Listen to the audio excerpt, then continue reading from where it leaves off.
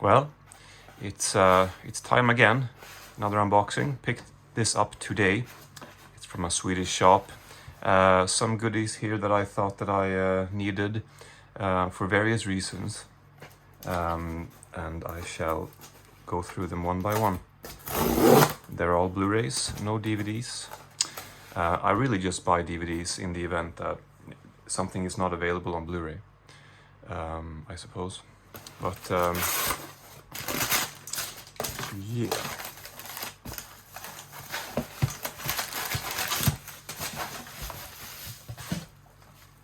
So I guess I could just keep them off to the side here, show them one by one.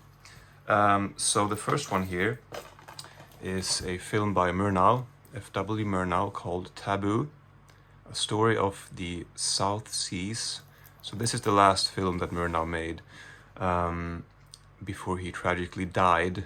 I don't remember how he died. I'm not gonna make guesses because I don't actually recall, but I know he died quite young after this film. This was quite cheap. I've of course known about this for quite a long time. The reason why I decided to buy it now is simply because I saw City Girl recently, and I have some other Murnau films. I have the I was gonna say the old box set. I guess it is quite old by now. I forget if the box set has a specific title, but it's you know, some a Eureka Masters of Cinema Blu-ray box set with some of his films. Which ones does it even contain? Tartuffe, maybe The Last Laugh, and a few other ones. Oh god, I'm blanking on which ones or what they're called. But I have a few in that box set that I still haven't seen. When would I have bought that even? It's been close to 10 years, I feel like. It must have been. And because I've been, you know, trying to watch some more silent cinema as well, I thought this was a good opportunity to get that one. And here is a 2-pack. This is a Swedish release. Innocence and Evolution. 2 films by Lucille Hadji I thought I was gonna be able to do that. Hadji Halilovic. Is that what it says? I'm not pronouncing it properly, I know that. I'm just trying to read it. Yeah, I haven't seen any of her films. I know she made a film called Earwig, and recently she made a film called, well, I don't know if it's called The Ice Tower in English, but I do know that that's what the Swedish title is. And one of those filmmakers that her name has popped up, and the posters for her films have popped up online when I've been scrolling and looking for new interesting films to watch. So this one was quite cheap, this Blu-ray, 2 films. Here I've heard really good things about this film. This is Corey Yoon. I've seen some films by him recently. This is not one of his most famous ones, but this one I have heard is really a lot of fun. It's called So Close. Who released this? 88 films, and it looks to have some special features, interview. Karen Mock. I feel like that's a name that I've heard, but I couldn't tell you. Maybe it just sounds familiar. Yeah, Corey Yoon. I've seen a few of his films. I mean, I've talked about the films I've seen from him recently, so I'm not gonna repeat everything I've said in previous videos. But yeah, this is gonna be, I think, the 4th film by Corey Yoon that I watch. Yeah, and yeah, I suppose maybe you could classify this as a Girls with Guns film. I might actually watch this today. This looks like a lot of fun. It's quite long, but that's no problem. Yeah, I might, maybe. Here's a film by Alice Rohrwacher, Italian filmmaker, and apologies for the pronunciation of that. Chimera, La Chimera, and she has made some really great films. I still haven't seen her film Happy as Lazaro, but I have seen The Wonders. I have seen, there was another one on Mubi that I saw maybe last year, and I actually forget the title. What was that called? I actually forget the title, but those were both really great. The Wonders and that other one. That maybe I can remember it if I think about it, but I can't recall it at the moment. But Happy as Lazaro, speaking of DVDs, that's one that I'm planning on getting on DVD, just because I haven't been able to find a Blu-ray. But it is affordable and easily acquired on DVD, so I figured I might do that. But this is one of her more recent films. It says 2023. I did see one of her short films, or a couple of her short films on Mubi as well recently. But just a couple weeks ago I saw Four Roads, which was sort of like a lockdown film, which I don't really like watching those. I mean, at the time I guess they made sense to watch, but now it just brings you back to a certain mood that is not entirely pleasant. So I'm not always, and it also feels like the zeitgeist has completely moved on from then. You know, like lockdown films, they really were its own genre, or they became their own genre essentially. But that was a good one, a creative one. And then there was another one, an urban allegory, which was a little bit tacky, but it was so visually stimulating at times that I really, ultimately I liked that one as well. So I have yet to see anything from Alice Rohrwacher. I'm probably pronouncing it differently each time I say it, but I have yet to see something from her that I haven't liked. But I have this one, and then Happy as Lazaro to get eventually. Now, there is a filmmaker, this guy, you might have heard of him. Well, he's not famous if you're not into cinema, perhaps. But if you are, then it's gonna be a familiar name. And these Blu-rays will probably be quite familiar as well. Tokyo Drifter, Criterion, and the Taisho trilogy, released by Arrow, I wanna say, Arrow Academy. Seijun Suzuki. He was one of those names that I have heard, and I've heard him over and over the years. And at some point I just decided, for some reason that I can't justify, that I'm not really interested in his cinema at the moment. And then that just remained my mindset for the longest time. And then after a while I started to question that, and I was like, why in the world would I not be interested in his cinema? It just seemed after a certain point that so many Blu-rays had been released, and I was like, oh, but they're gonna be out of print. I missed that. That was long ago, and I've moved on. But now I was like, well, let me look up the Taisho trilogy on Blu-ray. Let me see if that's still available, because I remember this box set. Well, I remember the limited, bigger box set, and I found, to my surprise, kind of that this was even on sale. Most of these were discounted, actually. This was even on sale on the website where I bought these, and I looked them up in detail, and I was like, these look pretty fucking interesting. I'm gonna have to get them. And then I started looking at what other Seijun Suzuki films were available, and I found Tokyo Drifter, which was also slightly discounted. But this is one of those films that I've heard so many people praise this, and Seijun Suzuki overall. So it's gonna be interesting finally to see for myself. Yeah. It's been a while since I bought a Criterion, by the way. It's been quite a while. Not because I avoid them. It just our paths they just don't seem to cross that often. But yeah, I'm really excited about these. Probably these two are the ones that I'm looking to watch the soonest. So Close, and one of these two, Innocence or Evolution. But yeah, some random stuff here. Just all of these are from filmmakers that I have been watching films from and like, or that I have heard really good things about, and I finally decided to pull the trigger on them. This one was surprisingly cheap. I think this one was 119 Swedish crowns, which, you know, there are certain masters of cinema, Eureka Blu-rays, that are surprisingly cheap still. But I feel like that they're gonna become out of print eventually, because they always seem to do that. Either way. Yeah, cool.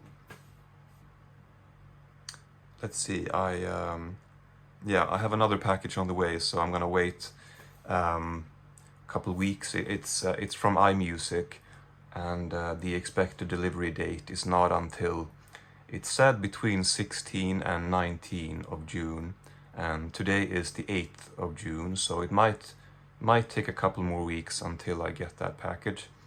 But I suppose in the meantime, I could, if I end up watching some of these films, I could just throw in some clips in between while I'm waiting for the other package, and just briefly talk about these if I feel like it. Yeah, we'll see what happens.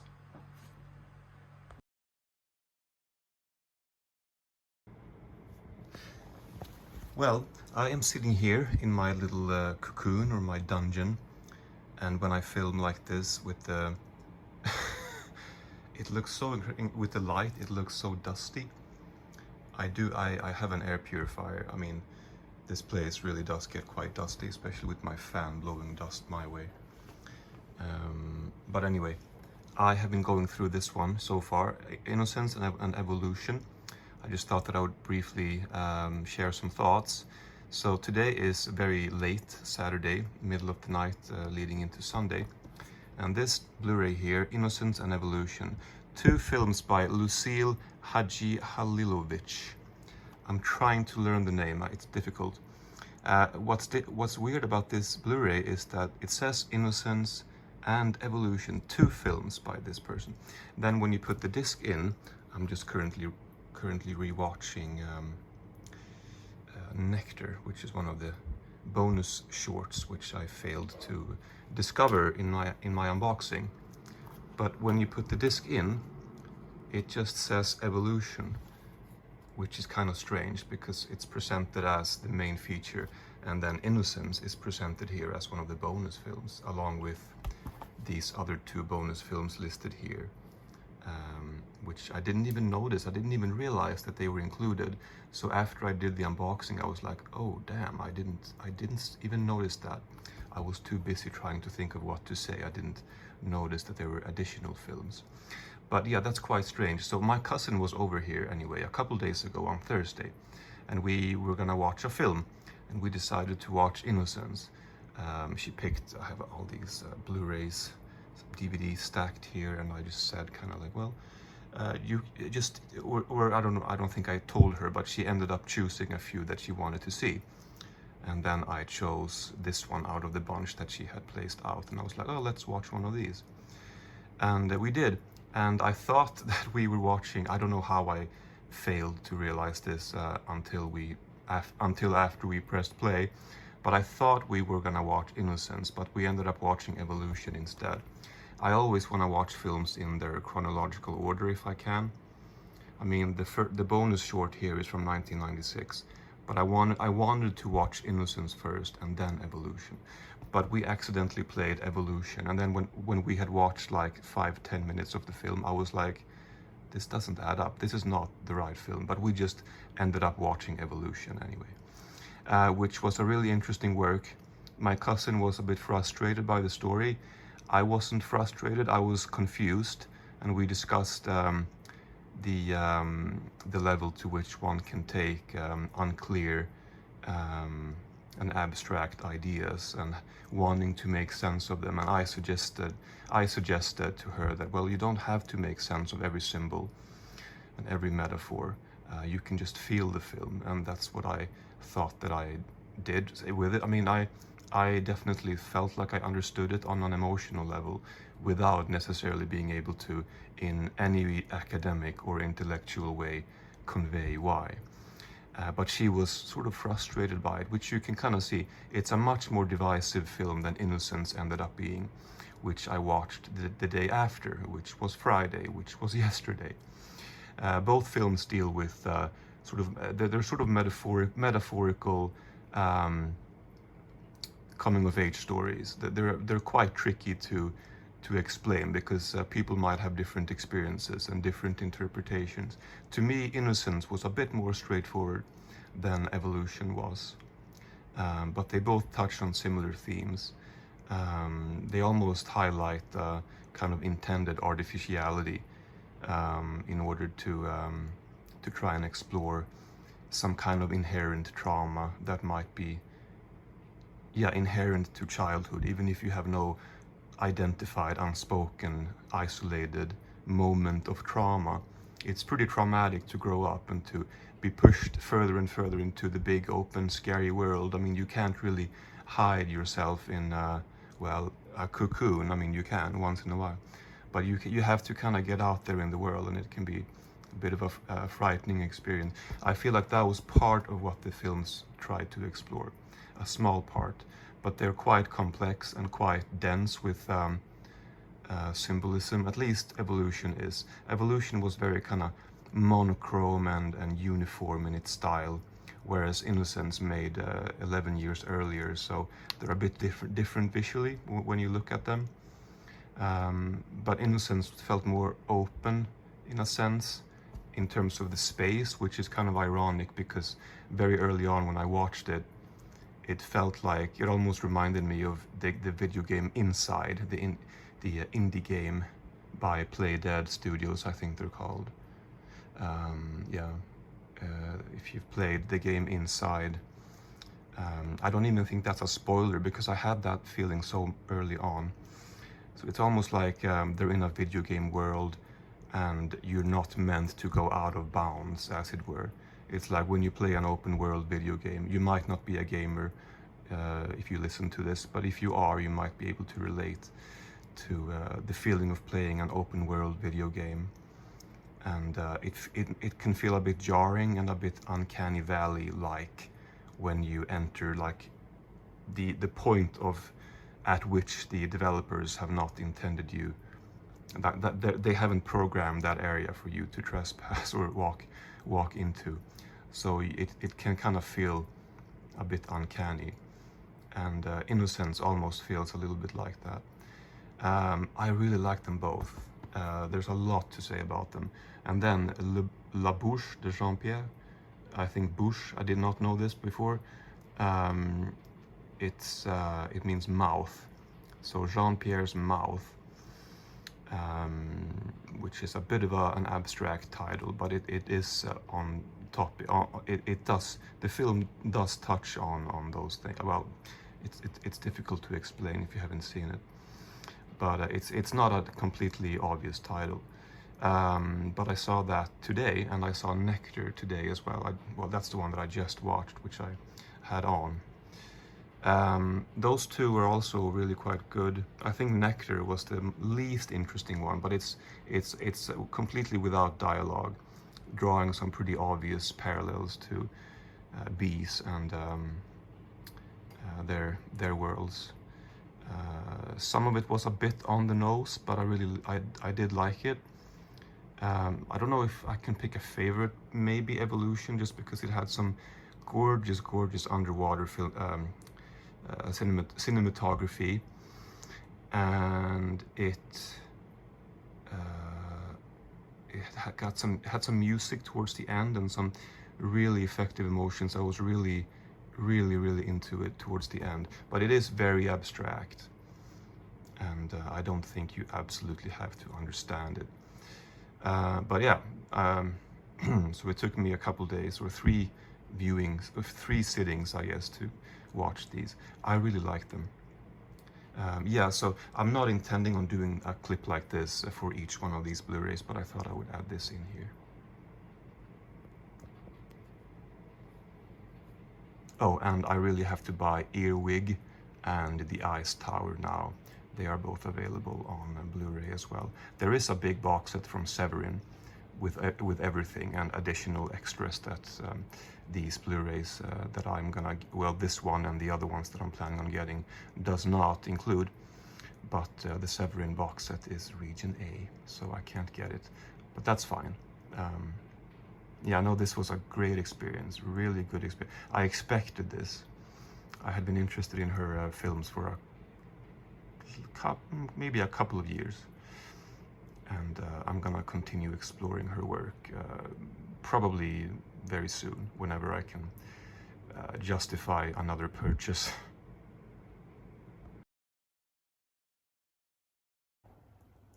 Okay, it is unboxing time. This one, sorry, no, these are the things I've sold. That was a cruel joke. Now this is the thing I'm gonna unbox. Just picked it up.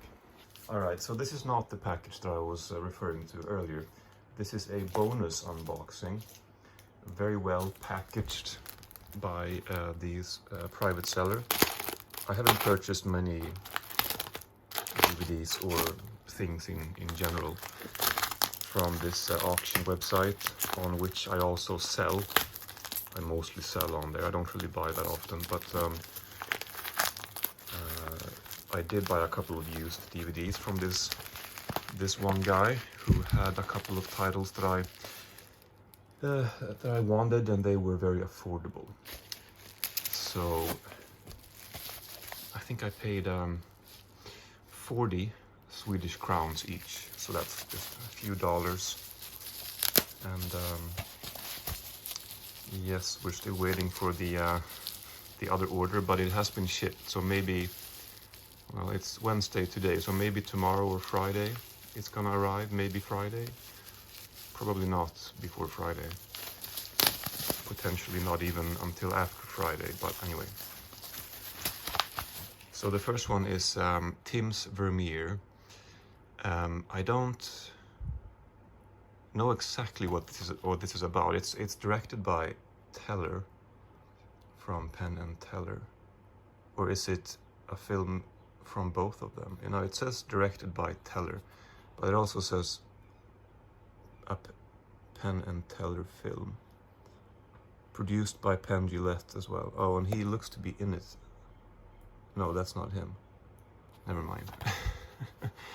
This is not the type of documentary that I would normally watch these days. I was interested in this one a very long time ago. It's about the painter Vermeer. It even says a Penn and Teller film here, which I didn't even see. But it's about Vermeer. I don't know his first name. Was he a Johannes Vermeer? I was gonna say, yeah, was he a Dutch painter? And yes, indeed, he was. I think it's sort of about how he was able to paint the way he did with light. I really like Vermeer. I'm not really a a person into classical art, like that, but I do like Vermeer. I don't really spend a lot of time and effort thinking about classic paintings, but whenever Vermeer pops up, I'm like, yeah, I do like him.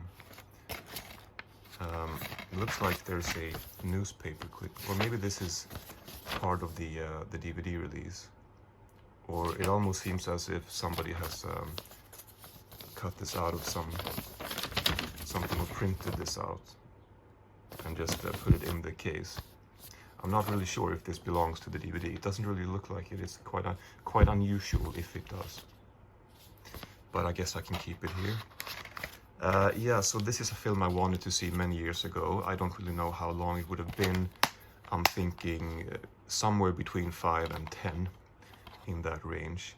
And then I just kind of forgot about it, because I was gonna buy this from Amazon once upon a time, and then it became out of print, I think, or it disappeared from the website, became more scarce at least,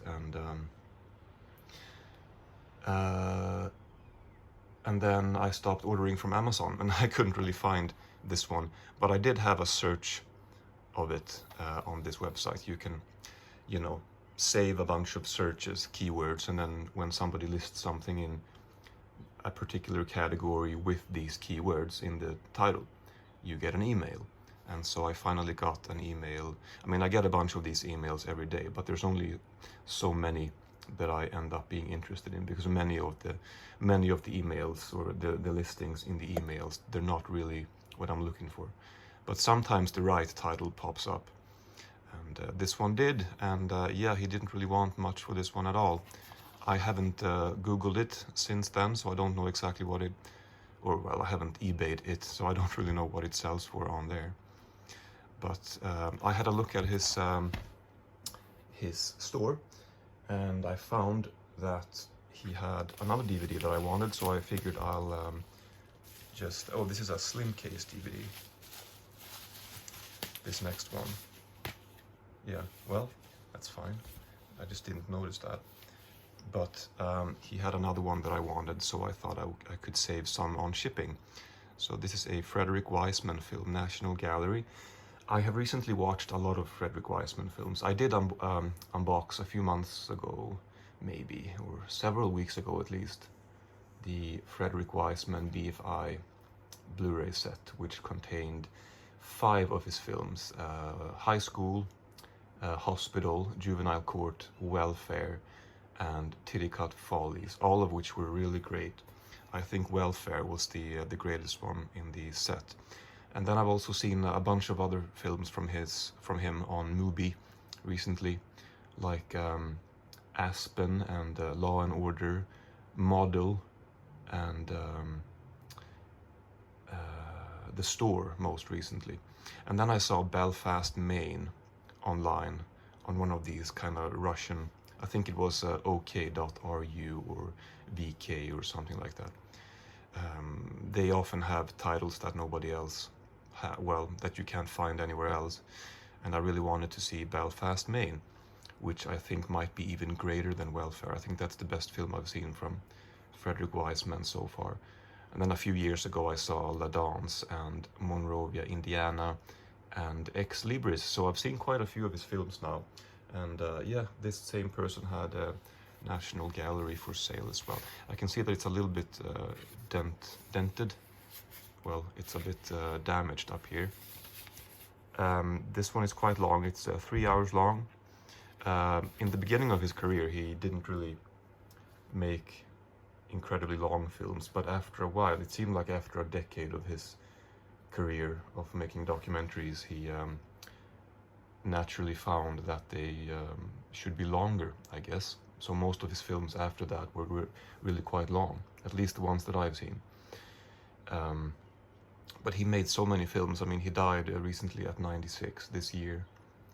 And I saw an interview with him where he was 94, kind of Q&A with John Wilson, he had a great show on HBO called How To with John Wilson.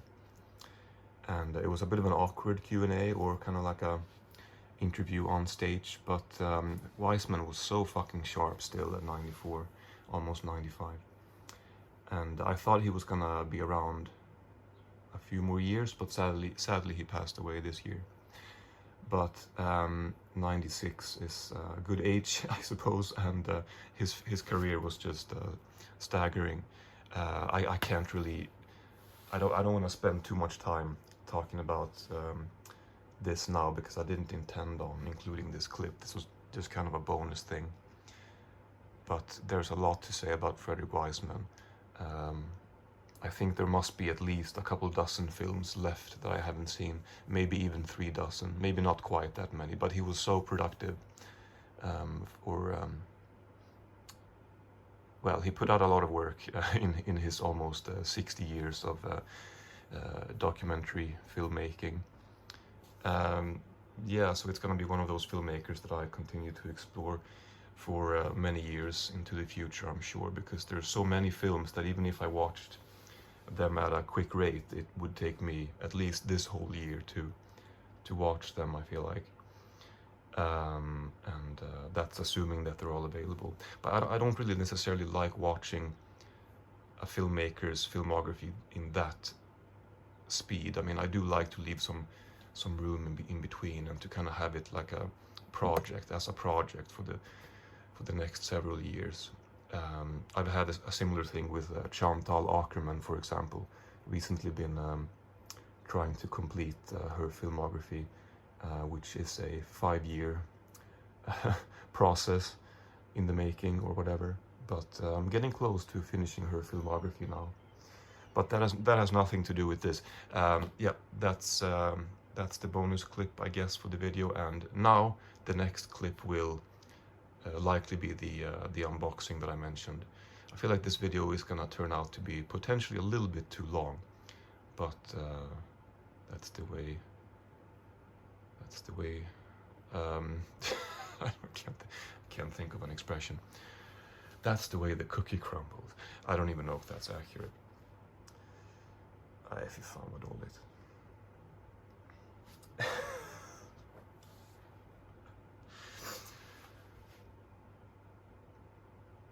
I guess I can leave that in. Never mind. Yeah, alright. I'll see you in the next clip.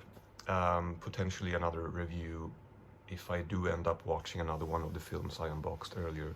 But probably it's gonna be the last unboxing.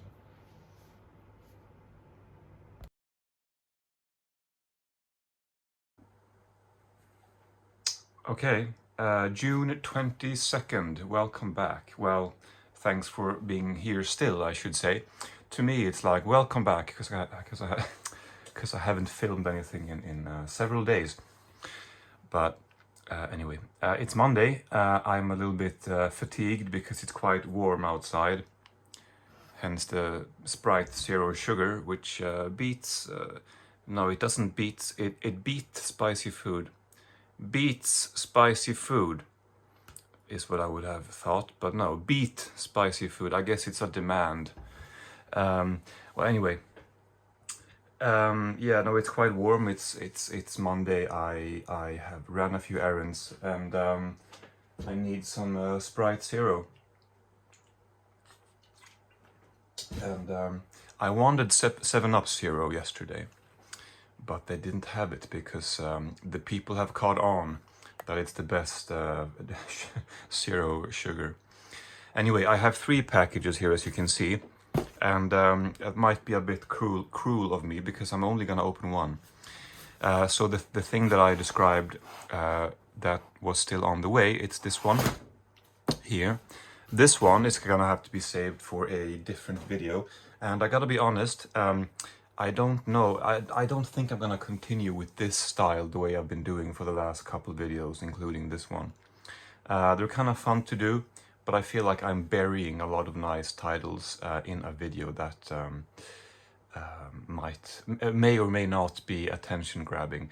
I'm not quite sure. I'm not trying to get views necessarily. I'm just doing my thing, but I feel like maybe there is a better way of unboxing titles. Maybe just doing one package at a time. I like doing them this way though, where I unbox them and then I watch them and I talk about them in the same video. It's just that this time I only ended up doing that with one title, so it feels a bit uneven. But I do like doing it that way. But I am gonna open this one as promised, and then the other one that I brought down just now I'll have to save for a future unboxing of some kind. And this is just a pair of trousers for a wedding that may or may not fit. I really don't like shopping for food, shopping for clothes and styling myself. But if there's a wedding, well, you know. All right, so here we go. 3 titles, and one thing I realized last unboxing, in which I had a Alice Rohrwacher film, La Chimera. I've almost watched it a few times. It's just that it's not, you know, there are so many films I want to see on a daily basis, and you have to choose, and you end up buying things that inevitably will end up or remain unwatched for quite a few weeks and maybe longer. Even though you have the intention to watch them and you want to really see them, but there's too many movies to watch. Anyway, yeah, so La Chimera, I did mention Alice Rohrwacher's film Happy as Lazaro, and I said something like, you know, I feel like I should buy that film because, well, I don't know what I said exactly, but I did mention not having seen it, and that I should buy it sometime. And then I realized, oh right, I did buy this. it was part of the upcoming package that I had even already mentioned. But yeah, so this is a DVD. It looks like it is bare bones, but that's fine. I think there may be a... I'm unsure. It may have been that there was a Scandinavian DVD that was available, which was cheaper than this. But I had higher faith in this release for some reason, or I may be mistaken. But this is a film that I haven't seen from Alice Rohrwacher. I think last time, or in the first unboxing, which I don't even know, maybe that was a couple of weeks ago, I said that I had seen a film on Mubi by her, and I couldn't remember the title. Well, later on, I thought of the title, and it's Corpo Celeste, which is a great film, and The Wonders is a fantastic film. And well, I already mentioned a couple other shorts that I saw, but this one I'm looking forward to very much.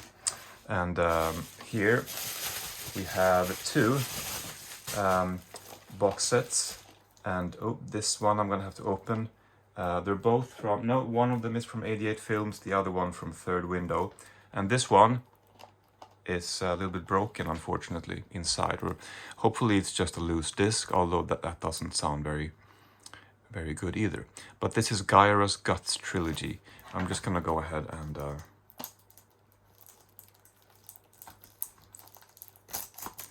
open this up right away, because it's always anxiety-inducing when you hear that rattling sound.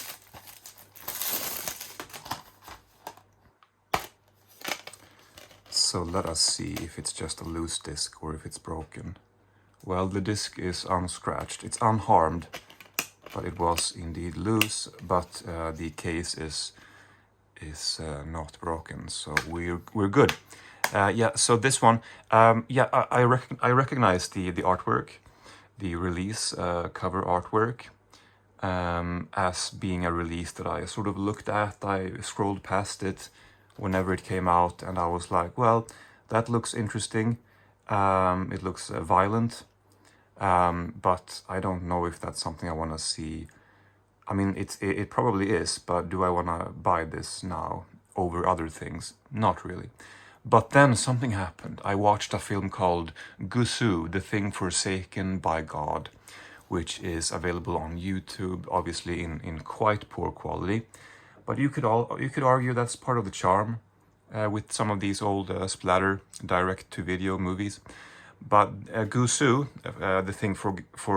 The Thing Forsaken by God, was a Japanese kind of like, it was only like 40 minutes, maybe 45, I don't know exactly. But it was such an inventive, like surrealist splatter film with really quite beautiful cinematography, some quite thought-provoking images, and just a bizarre kind of, yeah, surrealist atmosphere that I really liked a lot. And so I had to look up the filmmaker, and I realized that that guy, whose name is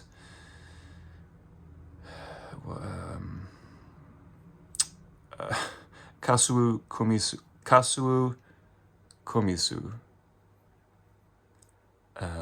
Yeah, he also made these films, and I was like, well, that settles it. I'm gonna have to get this one as well. So that's really my entire reason for getting this now. But it was already a release that I recognized. It wasn't just completely random, I suppose, but I would have not bought it if it wasn't for the fact that I had seen Gusu. It was just such a fun, inventive film, which a lot of people seem to dislike, as a matter of fact. But these, I don't think they're going to be the exact same. They are in the sadistic horror genre, as one could maybe deduct from the artwork and the images, and the fact that guts is in the title there. Yeah, there's a lot of these types of films from Japan, you know, the guinea pig films, for example. And I saw all those when I was much younger. I was in my teens still when I saw the guinea pig films. And there are so many, you know, pinky violence films, whatever they're called. And I just haven't explored. Oh, I had a bug in my hair, which is now dead. Anyway, I haven't really explored the genre too much, not out of complete uninterest. It's just not something I've explored very much, but I'm looking forward to those, and I could see just now that they are quite short, just over an hour each. So they will be. I mean, I could watch those in an evening if I want to. Anyway, this box set here was a bit of a. I mean, not random, because it's by one of my absolute favorite distribution companies. It's released by Third Window Films, like I said. It's called Maikuhama Trilogy. I really don't know anything about these films. I know that I looked them up and they looked very, very interesting. But even if they hadn't looked very, very interesting, I'm pretty sure I would have still eventually wanted to get this, because I have such faith in Third Window and the releases they put out. I don't buy everything, but I do buy quite a lot of them, because I've had such great experiences with their box sets and their releases. They just put out really great Asian cinema. They do focus on Asian cinema, or I should say they strictly release Asian cinema. A lot of Japanese stuff, of course, and this is Japanese. Did I mention that this was Japanese? I'm sure I did. Kaisu Hayashi. Let's see. The Most Terrible Time in My Life, 1994. The Stairway to the Distant Past, 1995, and The Trap, 1996. It says 299 minutes plus bonus, so I guess they're about 100 minutes each. They, I don't know anything about them. Genuinely, I just know the ratings and some of the poster art, the genres, the genre description on Rate Your Music, which is a website I use a lot. Which, yes, it's called Rate Your Music, but I've always used it for movies as well. Yeah, gorgeous release as always. Oh, another loose disc. You want to get a comforting snap or a click when you put these discs in, but there is none, which may have explained why it was loose. Yeah, I don't know if I'm gonna watch these anytime soon. I would very much like to. I probably will, but as is the case, like I touched on before, when you buy a lot of cinema, you simply have so many hours in the day, even if you watch a lot of cinema, which I currently do. Oh, I forgot to put this one back. Well, yeah, no, it's gonna be a lot of fun to check those out as well, and I'm sure they will be very interesting. I can't imagine that they won't be, That's it for the video. I reckon it's like an hour-long video, maybe more. Yeah, thank you so much for watching. And like I said, the next package I still have not decided what to do with. I may not open it up today, because I'd like to be able to have some kind of clue what to do with it. I could, I don't have to make it that complicated. I could just do a 10-minute one-take unboxing and people would be happy, I guess. I mean, I don't think it matters, but to me it matters for some reason. So I'll try to figure that out, and whether that's going to be the next video or not, I do not know. But I have one more package on the way, which I thought that maybe I would make like unboxing slash movie vlog, like viewing vlog, as documenting my experience of watching that particular DVD, because it is one that I'm very excited about, and I got it quite cheap and it looks pretty incredible. So I thought that I could make like a standalone video for that release and do like a more of a complete review of that particular DVD, including the unboxing and first impressions and everything like that. So that's also a video that is scheduled or planned. Beyond that, I don't know. We shall see. So I'll be back eventually. Thank you so much for watching, as always.